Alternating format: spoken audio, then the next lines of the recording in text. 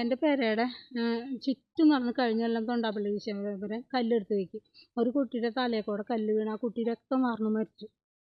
രക്തം വാർന്ന് മരിച്ചു. അപ്പോൾ ഞാൻ ഒരു പോലീസുകാരൻ്റെ എൻ്റെ വാട്സപ്പ് ഗ്രൂപ്പിലുണ്ടായിരുന്നു. അപ്പോൾ ഞാൻ വീഡിയോ പിടിച്ച് വിട്ടു. അപ്പോൾ ആ സാർ പറഞ്ഞു വെള്ളിക്കുളം സ്റ്റേഷനിലേക്ക് പറഞ്ഞു എന്ന് വെച്ചിട്ടുണ്ടെങ്കിൽ അവരെ അറിയിക്കാൻ പറഞ്ഞു. അന്നേരം എൻ്റെ കയ്യിൽ നമ്പർ ഉണ്ടായിരുന്നില്ല, അപ്പോൾ എനിക്ക് വിളിക്കാനും പറ്റിയില്ല. പക്ഷേ അപ്പോൾ ആ സാറ് പറഞ്ഞു ആ സ്റ്റേഷനിൽ അറിയിച്ചോളാം. അന്ന് ഞാൻ അറിയിക്കേണ്ടതായിരുന്നു. പക്ഷേ ഇന്ന് ഇതൊക്കെ പട്ടി കുറച്ച്, അതും പട്ടി കുറച്ചത് എങ്ങനെയാണ്, ജനൽ അടച്ചിട്ടുണ്ട്. റൂമിൻ്റെ അകത്ത് 2 പട്ടിക്കുട്ടികളുണ്ടായി. ജനൽ അടച്ചിട്ടുണ്ടായി, വാതിലും ചാരിയിട്ടുണ്ടായി. അകത്ത് കിടന്നായിരുന്ന പട്ടിക്കുട്ടികൾ അത് ആ ചേട്ടൻ സ്കൂട്ടർ കൊണ്ട് നിർത്തി കാരണം കുറച്ചെന്നും പറഞ്ഞു. അത് ആ ചേട്ടൻ ആ നേരത്ത് വന്നതാണ്.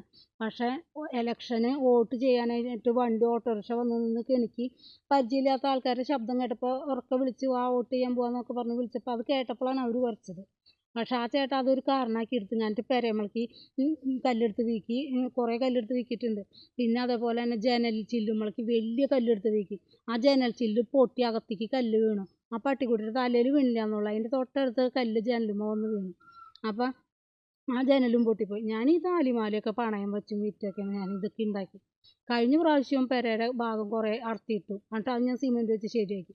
ഈ പ്രാവശ്യം എന്താ പെരയുടെ ഭാഗം അടർത്തിയിട്ടു, പെരയുടെ ഭാഗമല്ല ജനൽ ചില്ല് പൊട്ടിച്ചിട്ടു. ഇനി അടുത്തത് ചിലപ്പോൾ അയാൾ വാതിലാവും തല്ലി പൊളിക്കുക. വലിയ വാതിൽ വയ്ക്കാനുള്ള കാശൊന്നും ഞങ്ങൾക്കില്ല. ഈ ഫാബ്രിക്കേഷൻ്റെ വാതിൽ വെച്ചാണ് അത് അയാൾ പൊളിച്ച് കളഞ്ഞാൽ ഒരു കല്ലെടുത്ത് വയ്ക്കുക. ചങ്ങലയും പോലും ഇല്ലാണ്ടാണ് കുട്ടികൾ അതിൻ്റെ ഉള്ളിലുള്ളത്. പെര പൊളിച്ച് കല്ലെടുത്ത് വയ്ക്കുക, പൊളിഞ്ഞു പോവില്ലേ?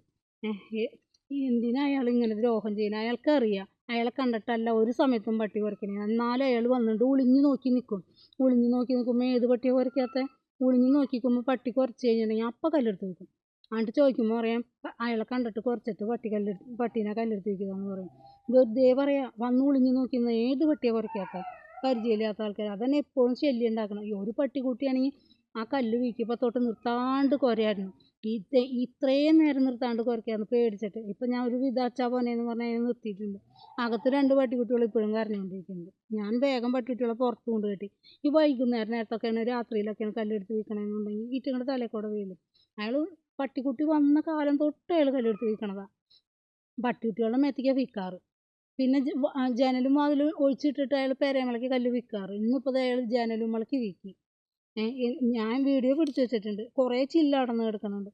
മനഃപൂർവ്വം ചെയ്യുന്നതാണ്, മനഃപൂർവ്വം. ഇല്ലാത്ത ഓരോ കുറ്റങ്ങൾ ഉണ്ടാക്കി അങ്ങോട്ട് പറഞ്ഞ് നാട്ടിൽ മുഴുവൻ പരത്തും. എന്നിട്ട് എൻ്റെ പേരിൽ കുറ്റമാകും. ഞാൻ ഈ പട്ടീനെ വളർത്തിയെന്നുള്ളൊരു കുറ്റമല്ലേ ചെയ്തുള്ളൂ. അത് പഞ്ചായത്ത് എന്നോടും കൊറോണ ടൈമിൽ ഒരുപാട് പട്ടികൾ ഇവിടെ വന്നു കഴിഞ്ഞപ്പോൾ എല്ലാവരോടും സെക്രട്ടറി ചോദിച്ചല്ലോ നിങ്ങൾ നോക്കുമെന്ന് ആരും നോക്കാറ്റെടുത്തില്ല. അവസാനം എന്നെ വിളിച്ചിട്ട് സെക്രട്ടറി പറഞ്ഞ് ഏൽപ്പിച്ച് തന്നതാണ് നോക്കാനായിട്ട്, സംരക്ഷിക്കാനായിട്ട്. അതിനായിട്ടൊരു റൂമും 5.5 ലക്ഷത്തിൻ്റെ ഗോൾഡ് ലോൺ എടുത്തിട്ടുണ്ട്. ഞാൻ ആ ഫാം പണിയാൻ വേണ്ടിയിട്ട് സെക്രട്ടറി പറഞ്ഞപ്പോൾ ഞാൻ ചെയ്തത്. എന്നിട്ട് പൈസ വേണ്ടായപ്പോൾ ചേട്ടാ 50,000 രൂപയും കൂടി ഗോഡൗണിൽ നിന്ന് എടുത്തു. എന്നിട്ടാണ് അത് ഒപ്പിച്ചേക്കണത്. അപ്പോൾ അതിൻ്റെ പലിശ ഞങ്ങൾ കൊടുത്തുകൊണ്ടിരിക്കുന്നുണ്ട്. താലി മാത്രം ഞാൻ ഒരു ചരടുമ്പോൾ കോർത്തിട്ടുണ്ടായിരുന്നു. ഈ പൈസയ്ക്ക് ബുദ്ധിമുട്ടായി ഇവർക്ക് ഭക്ഷണമൊക്കെ കൊടുക്കുന്ന ആ സമയമായപ്പോൾ ഞങ്ങൾ ഈ താലി 23,500 രൂപയ്ക്ക് താലിയും പണയം വെച്ച് അതും കൂടി ഞാൻ ചിലവാക്കി എടുത്തു. ചേട്ടൻ ഗോഡൗണിൽ പകൽ മാത്രം പണിയെടുത്തിട്ടുണ്ടെങ്കിൽ ഇവർക്ക് ഭക്ഷണത്തിന് തികയില്ല. അതുകൊണ്ട് രാത്രി ഉറക്കം ഒളിച്ചും കൂടി പണിയും. എന്നിട്ട് ഉറക്കം വരുമ്പോൾ നൈറ്റ് ഡ്യൂട്ടി വേണ്ടാന്ന് വെച്ചിട്ട് ഉറക്കം വരുമ്പോൾ മാത്രമാണ് ലീവ് എടുത്ത് പകലൊന്ന് കിടന്നുറങ്ങണത്. അപ്പം അത്രയും അങ്ങനെ കഷ്ടപ്പെട്ടാണ് ഇവർക്ക് ഭക്ഷണം ഉണ്ടാക്കി ഞങ്ങൾ കൊടുക്കുന്നത്. ഈ പട്ടികളെ വയലൻ്റാക്കാൻ വേണ്ടി മാത്രം ഒച്ചപ്പാടുണ്ടാക്കും, കല്ലെടുത്ത് വീക്കും, തെറിയും ചീത്തയും പറയും, തല്ലാൻ വരും, ഒക്കെ ചെയ്യും. അതൊക്കെ കാരണം കൊണ്ട് പട്ടികൾ വയലൻ്റായി.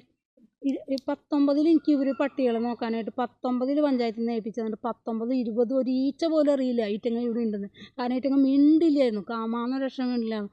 പിന്നെ ഇവരൊക്കെ കൂടി ഈ വയലൻ്റാക്കാൻ വേണ്ടി വടി കൊണ്ടുവരും, വെട്ടുകത്തി കൊണ്ടുവരും, കല്ലെടുത്ത് വീക്കും, പടക്കം പൊട്ടിക്കും. ഒരു മാസമൊക്കെ നിന്ന് പടക്കം പൊട്ടിച്ചാൽ ഏത് പട്ടി വയലൻ്റാവാത്ത? അങ്ങനെ നിന്ന് പടക്കവും പൊട്ടിക്കും, എല്ലാം ചെയ്ത് കഴിഞ്ഞിട്ട് കുറേ ആൾക്കാരെ പറഞ്ഞു വിട്ട് കഴിഞ്ഞിട്ട് പിള്ളേരെ കൊണ്ട് ചെയ്യിക്കും, പല രീതിയിൽ ദ്രോഹിക്കും.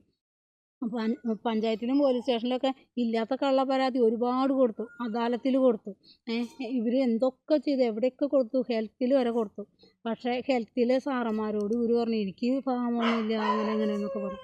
പക്ഷേ ഹെൽത്തിൽ സാറന്മാർക്കറിയാം യൂട്യൂബ് ചാനലിൽ എൻ്റെ ഫാമിൽ കറക്റ്റായിട്ട് കിടക്കണതല്ലേ.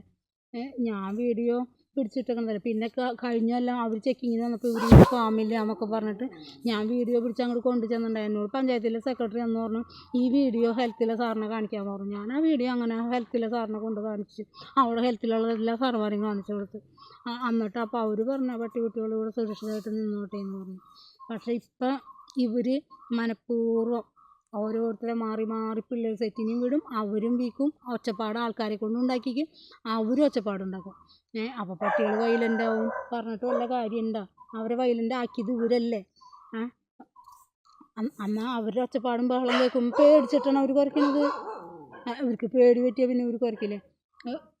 കഴിഞ്ഞ വർഷം ഒരു മാസം നിന്ന് ആൾക്കാർ പടക്കം പൊട്ടിച്ച് കഴിഞ്ഞിട്ട് പട്ടിക്കുട്ടികൾ എന്തിട്ടാണ് ചെയ്തതെന്ന് അറിയും. കുറേ നമ്മൾ ചത്ത് പേടിച്ച്. അത് പോട്ടെ, വെള്ളവും ഭക്ഷണവും കൊണ്ടുവച്ച് കൊടുത്ത് നമ്മുടെ മുഖത്ത് വയ്ക്കും, വെള്ളവും കുടിക്കില്ല, ചോറുന്നില്ല. അങ്ങനെ വെച്ചിന്നും വായിച്ചും ചെത്ത പട്ടിക്കുട്ടികളുണ്ട് ഇവിടെ. അത്രയും വൈലൻ്റ് ആക്കി എടുത്തു, അവരെ കൊണ്ട് സാധിച്ചു വൈലൻ്റ് ആക്കാൻ. അത് തന്നെ, അതിൽ ഞാനൊരു തെറ്റുകാരിയല്ല, അല്ലെങ്കിൽ എൻ്റെ ഈ പട്ടിക്കുട്ടികളൊരു തെറ്റുകാരല്ല. ഇവരൊക്കെ വളരെ സൈലൻ്റ് ആയിരുന്നു. ടി വി കാണുന്ന പിള്ളേരായിരുന്നു. അതുപോലെ തന്നെ ടാബിൽ പാട്ട് കേട്ട് കിടന്ന് സുഖമായിട്ട് ഉറങ്ങണ പിള്ളേരായിരുന്നു. ഇത് കുറയ്ക്കാറേ ഇല്ല. പക്ഷേ ഇവരെ പേടിപ്പിച്ച് കുരപ്പിക്കുകയാണ്, മനഃപൂർവ്വം കുരപ്പിക്കുകയാണ്. കുരയ്ക്കാൻ വേണ്ടിയിട്ട് വന്ന് നിന്ന് ഒച്ചയെടുക്കും. എന്നിട്ട് അപ്പോൾ പുറത്തുനിന്നുള്ളവർക്ക് അറിയില്ലല്ലോ അവർ ഒച്ചയെടുത്തിട്ടാണ് കുരയ്ക്കണേന്ന്. പുറത്തുനിന്നുള്ളവർ കേൾക്കുമ്പോൾ എന്താ വിചാരിക്കുക? പട്ടികൾ ശല്യമാണ്, പട്ടികൾ കുരയ്ക്കുകയാണ്. ഒരു മൈക്ക് അനൗൺസ്മെൻറ്റ് വന്നാൽ 3-4 ഓളി എടുക്കും അവർ. അപ്പം തന്നെ നിർത്തുന്നുണ്ട്.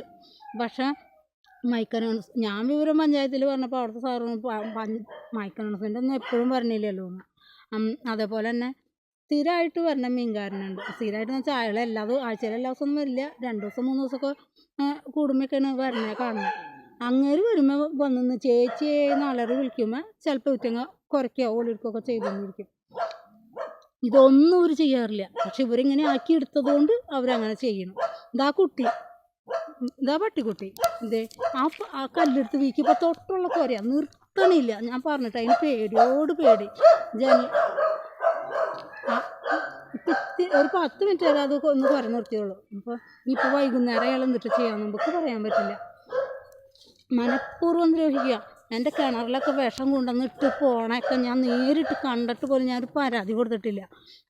എൻ്റെ കിണറിൽ വിഷം കൊണ്ടിട്ട് ഇവരൊരു ഗൂഢാലോചന നടത്തിയതും ഞാൻ അറിഞ്ഞു, കൊണ്ടുവന്ന് ഇട്ടിട്ട് പോണതും ഞാൻ കണ്ടു. എന്നിട്ട് പോലും ഞാൻ പട്ടി കുറയ്ക്കാനായിട്ട് നോക്കിയപ്പോൾ കിണറിൽ വിഷമിട്ട് പോണത് ഞാൻ കണ്ടിട്ട് പോലും ഞാൻ അത് ഒരു പരാതിക്ക് ഞാൻ പോയിട്ടില്ല. പിന്നെന്തിനാ ഇങ്ങനെ ദ്രോഹിക്കണേ? മനഃപൂർവ്വം ഇങ്ങനെ ദ്രോഹിക്കണേ? ഞാൻ വീഡിയോ ഇടാം. ഈ വീഡിയോ മാത്രമല്ല ഞാനിടാം, ജനൽ ചില്ല് പൊട്ടിയ വീഡിയോ ഇടാം.